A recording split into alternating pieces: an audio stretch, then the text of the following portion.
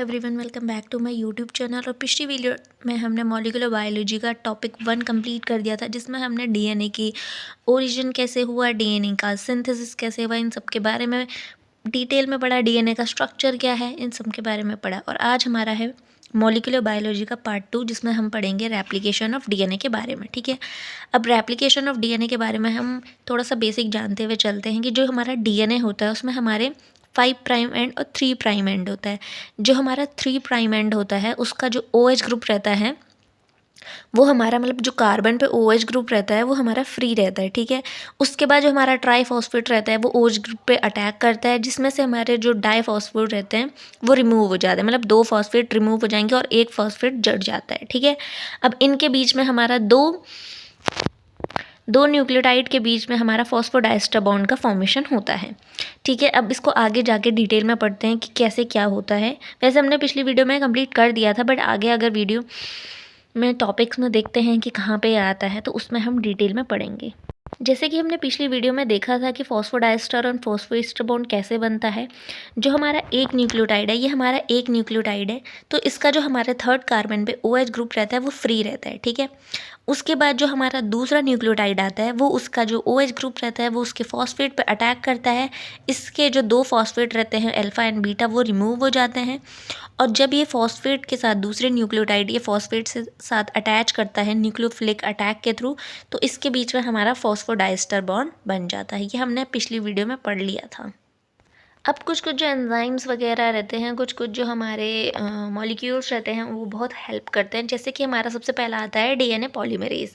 हम थोड़ा सा डीएनए पॉलीमरेज के बारे में जान लेते हैं। ये जो डीएनए पॉलीमरेज रहता है ये प्रूफ रीडिंग का काम भी करता है। मतलब जैसे जैसे कि डीएनए को आगे बनाता रहता है वैसे वैसे ही पीछे मुड़ मुड़ के देखता है कि सही न्यूक्लियोटाइड जुड़े हैं या सही बेस पेयर जुड़े हैं या नहीं जुड़े हैं। ठीक है, ए के साथ टी जुड़ा है, जी के साथ सी जुड़ा है। ठीक है, और ये सही न्यूक्लियोटाइड भी ब्रिंग करेक्ट न्यूक्लियोटाइड, ये हमारे जो भी साइटोप्लाज्म या फिर जो भी न्यूक्लियोप्लाज्म है वहाँ से हमारा करेक्ट न्यूक्लियोटाइड कैरी करके लाता है एंड उनका एडिशन करता रहता है। ठीक है, अब जो हमारा 3 प्राइम OH ग्रुप रहता है उसकी जो अफिनिटी रहती है वो H बॉन्ड के लिए बहुत ही कम रहती है। ठीक है, और ये मतलब ये थोड़ी सी बेसिक नॉलेज है, इसको ज़्यादा याद करने की ज़रूरत नहीं है।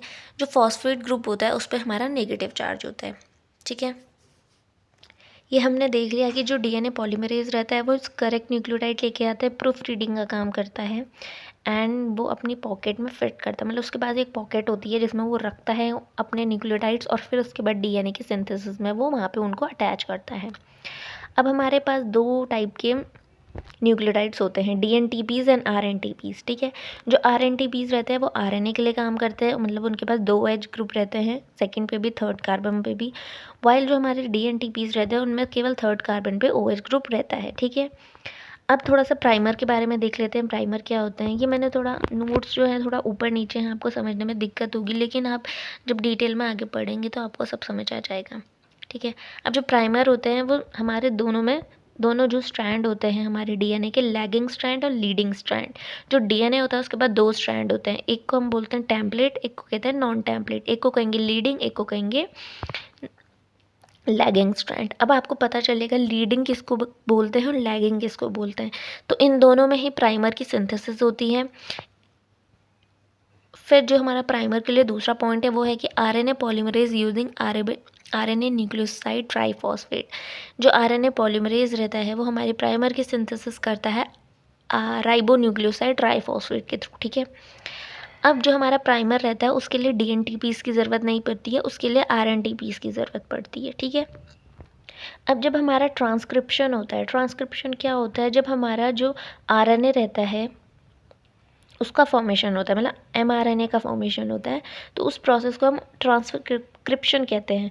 उसके लिए हमारा RNA पॉलीमरेज बहुत ही इंपॉर्टेंट होता है। अब हम आगे देखेंगे कि क्यों होता है। अब जो डीएनए रेप्लिकेशन होता है उसमें आरएनए पॉलीमरेज की ज़रूरत होती है, क्योंकि वो प्राइमर को कैरी करता है, वो आरएनए स्ट्रैंड का फॉर्मेशन करता है। जो प्राइमर रहता है वो एक आरएनए स्ट्रैंड होता है। ठीक है, सबसे पहले वो एच बॉन्ड का फॉर्मेशन करता है, उसके बाद वो हमारे फॉस्फोडाइस्टर बॉन्ड का फॉर्मेशन करेगा। अब वो आगे आगे हम पढ़ते जाएंगे कि कैसे होता है। मतलब तब तक के लिए आप ये याद रखिए कि जो आरएनए पॉलीमरेज है उसका काम होता है एच बॉन्ड का फॉर्मेशन करना और फॉस्फोडाइस्टर बॉन्ड का सिंथेसिस करना। अब हमारा जो डीएनए पॉलीमरेज होता है वो फर्स्ट फॉस्फोडाइस्टर बॉन्ड बनाता है, उसके बाद वो हमारे H बॉन्ड बनाता है, ठीक है। आरएनए जो था वो हमारे H बॉन्ड बनाता था, फिर हमारा फॉस्फोडाइस्टर बॉन्ड बनाता था। लेकिन जो हमारा डीएनए पॉलीमरेज क्यों यूज़ होता है, ये क्वेश्चन आता है कि डीएनए पॉलीमरेज हमारे डीएनए रेप्लिकेशन में क्या हेल्प करता है, मतलब वो कौन से बॉन्ड बनाता है सबसे पहले। तो पहले वो हमारे जो टाइड्स होते हैं उनको साइड बाय साइड अटैच करता है बाय फॉस्फोडाइस्टर बॉन्ड, फिर वो हमारे दो जो आमने सामने के अपोजिट न्यूक्लियोटाइड होते हैं उनको अटैच करता है, मतलब जो हमारे नाइट्रोजन बेसिस रहते हैं फिर वो उनको H बॉन्ड के थ्रू अटैच करता है। पहले वो फॉस्फोडाइस्टर, पहले वो न्यूक्लियोटाइड्स को जोड़ेगा, फिर वो हमारे न्यूक्लियो बेस पेयर्स जो होंगे उनको अटैच करेगा H बॉन्ड्स के थ्रू, ठीक है। अगर वो ऐसा नहीं किया तब तक वो रेप्लिकेशन को स्टार्ट नहीं कर पाएगा। और आरएनए में पहले वो H बॉन्ड को बनाता है, फिर वो हमारा फॉस्फोडाइस्टर बॉन्ड को बनाता है। अब जो हमारे डीएनए पॉलीमरेज है उनकी जो डिस्कवरी थी वो हमारे कॉर्नबर्ग ने की थी, ठीक है। उन्होंने सेल कंटेंट को रखा, उसमें से हमारे डीएनए पॉलीमरेज 1 को निकाला। डीएनए पॉलीमरेज 1 को जब वो निकालते हैं तो उसका जेल इलेक्ट्रोफोरेसिस कराते हैं, तो वो देखते हैं कि उनका वेट जो था 10.35 डेल्टन था। तो इस चीज़ को याद रखने की ज़रूरत नहीं है, बस डिस्कवरी किसने की थी, कॉर्नबर्ग ने की थी। ये थोड़ा सा इम्पॉर्टेंट है, याद रख लीजिए। और उससे ज़्यादा इम्पॉर्टेंट ये है कि जो हमारे डीएनए पॉलीमरेज है वो पहले फॉस्फोडाइस्टर बॉन्ड बनाता है, पहले वो न्यूक्लियोटाइड्स को जोड़ता है एक दूसरे से, फिर वो हमारे बेस पेयर्स को जोड़ता है बाय हाइड्रोजन बॉन्ड्स। ये इम्पॉर्टेंट है, ठीक है। एक होता है हमारा लीनो सेगमेंट, उसमें क्या होता है, जो सबसे पहले वो हम डीएनए पॉलीमरेज को निकाल देते हैं, फिर हम जो प्रोटीन रहता है, ठीक है, जो हमारे डीएनए कंटेंट में प्रोटीन रहता है उसका हम डाइजेशन कराते हैं बाय ट्रिप्सिन एंजाइम, ठीक है। तो उसमें हम फिर उसके बाद हम उसका जेल इलेक्ट्रोफोरेसिस कराएंगे, तो उसमें हमें 2 बैंड्स मिलते हैं। उसमें हमें पता चलता है कि जो हमारे पॉलीमरेज है उसकी 2 हमारी सब यूनिट्स मिल चुकी है हमको, ठीक है। उसमें एक सब यूनिट जो रहती है वो पॉलीमराइजेशन कराता है और एक प्रूफ रीडिंग कराता है, ठीक है। और जो दूसरी रहती है वो हमारा प्राइमर रिमूवल कराती है, ठीक है।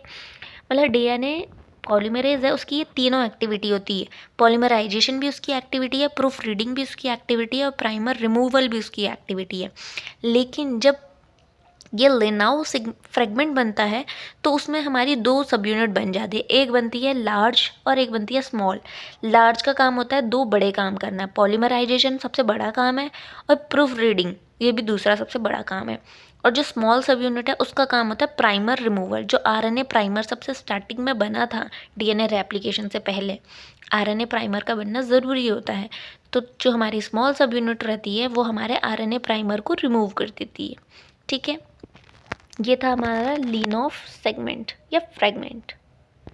अब हम चलेंगे न्यूक्लियस एक्टिविटी पे। जो डीएनए पॉलीमरेज रहता है उसका काम पॉलीमराइजेशन एक्टिविटी, ये सारा हमने पढ़ लिया है, ठीक है। उसकी न्यूक्लियस एक्टिविटी भी होती है जिसके 2 पार्ट्स होते हैं। एक होता है हमारा एक्सोन्यूक्लियस जिसमें वो एंड्स पे कट करता है, ठीक है। एंडोन्यूक्लियस दूसरा होता है जिसमें वो पर्टिकुलर पोजीशन पे, वो कहीं पे भी बीच में भी हो सकता है, ठीक है। तो वो एंडोन्यूक्लियस में हमारा कट करता है, ठीक है। तो उसकी 2 न्यूक्लियस एक्टिविटी होती है, एक्सोन्यूक्लियस एंड एंडोन्यूक्लियस। जो हमारा एक्सोन्यूक्लियस होता है उसकी भी 2 साइड से हमारी जो एक्टिविटी शो करता है। एक वो कट करता है 5 डैश से 3 डैश की एंड की तरफ, एक वो करता है 3 डैश से 5 डैश की एंड की तरफ, ठीक है। मतलब अगर हमें मान लो यहाँ पे से हमें टी को रिमूव करना है, ठीक है, टी को रिमूव करना है, एंडोन्यूक्लियस आके यहाँ पे से सीधा टी को रिमूव कर देगा। लेकिन जो एक्सोन्यूक्लियस रहेगा वो सबसे कॉर्नर से कट करता जाएगा, उसके सारे इधर के बेस पेयर्स को हटा देगा, फिर जाके वो टी को हटाएगा। तो एक्सोन्यूक्लियस उतना बेनिफिशियल नहीं होता है किसी किसी चीज़ में जहाँ पे हमारा म्यूटेशन वगैरह रहता है, एंडोन्यूक्लियस हेल्प करता है, ठीक है। अब हम पढ़ेंगे प्रूफ रीडिंग एक्टिविटी के बारे में जो कि डीएनए पॉलीमरेज करता है। प्रूफ रीडिंग एक्टिविटी का मतलब है कि अगर कहीं पर रॉन्ग न्यूक्लियोटाइड ऐड हो गया तो उसको रिमूव करके करेक्ट न्यूक्लियोटाइड को ऐड करना, नहीं तो म्यूटेशन हो जाएगा। तो एक्सोन्यूक्लियस एक्टिविटी की साइड होती है हमारी 3 डैश टू 5 डैश एंड में होती है, ठीक है। ये हमारा डायग्राम है। तो मान लो यहाँ पे जैसे दिख रहा है जो हमारा हमारा जो बेस है वो हमारा गलत जुड़ गया है, ठीक है। तो उसके सामने जो हमारा ए है, ठीक है, वहाँ पे टी जुड़ना था, लेकिन ए के साथ जो हमारा सी है उनके बीच में अनस्टेबल एच बॉन्ड होता है, ठीक है। फिर हमारा जो डीएनए पॉलीमरेज आता है वो आता है वहाँ पे, वो हमारा nucleus activity, exonuclease activity show करता है, ठीक है। अब वो हमारा उस मतलब उस पोजीशन पे हमारा डीएनए पॉलीमरेज जुड़ गया है, ठीक है।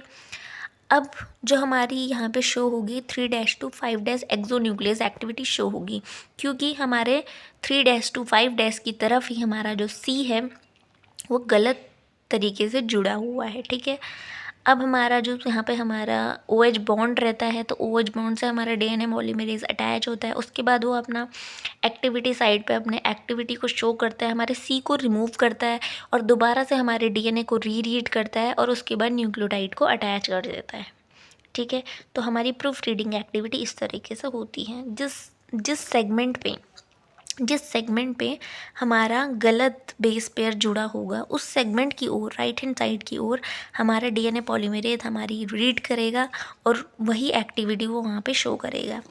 जो डीएनए हेलिकेज रहता है, ये एक मतलब ये वीडियो एक ऐसी तरीके से बनी हुई है कि आपको बस रिवाइज करने के लिए पढ़ना पड़े, ठीक है।